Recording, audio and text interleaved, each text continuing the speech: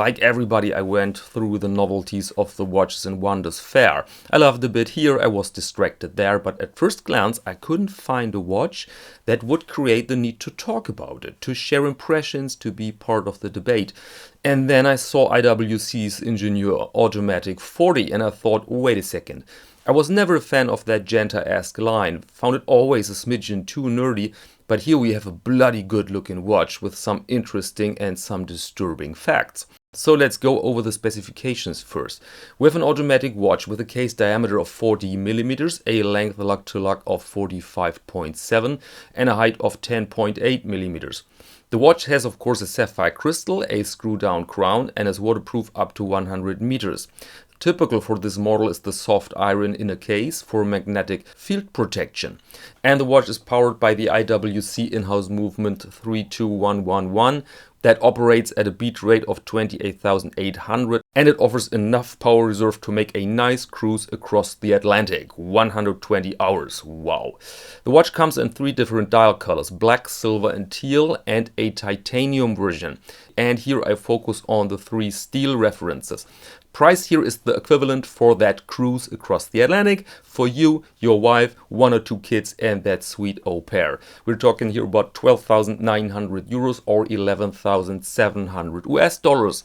So what do we have here? Something round. You still see the typical shape created in the 50s by famous watch designer Gerard Genta, but it's modernized. All these brutalistic shapes, this here comes the ironclad warship, this brutalism, which is the reason by the way that many people just despise that Genta look. All this is pretty mild here.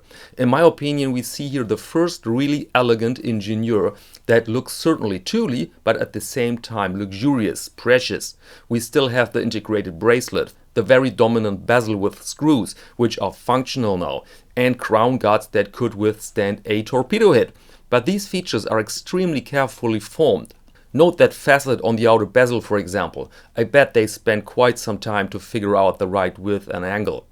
Worth mentioning is of course that grid on the dial. It is stamped on a soft iron plate which is then galvanized. What does it show? According to IWC, only an interesting pattern, but people saw there the American stripes or some sort of semiconductor board. I personally find it very attractive, especially with that teal dial color here. The silver version looks a bit bland to me, but at the end that's taste.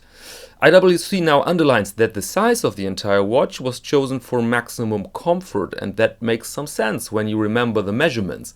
Short lug to lug length, slender watch, round edges, that's certainly another strength of that watch. But now let's address the price.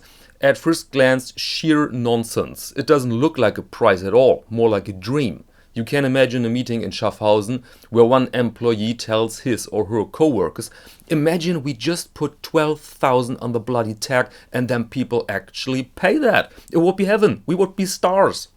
And then the guy in charge stands up and does exactly that. But in reality, the price tells us 3 things. The trend to higher prices in the top tier is gaining speed. Second, IWC sees itself clearly in this top tier. And third, it shows how much money is in the market.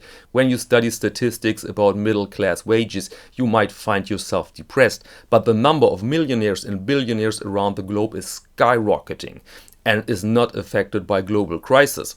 So this watch that was designed in the 50s for the name-giving engineer is some sort of industrial-made diamond for the upper 10% in global income statistics. And I think the development of prices in the watch industry could be a nice topic for another video. Let me know in the comments please if you're interested. And that said, allow me to close this episode now. Ladies and gentlemen, thank you very much and see you next Monday to Watch of the Week.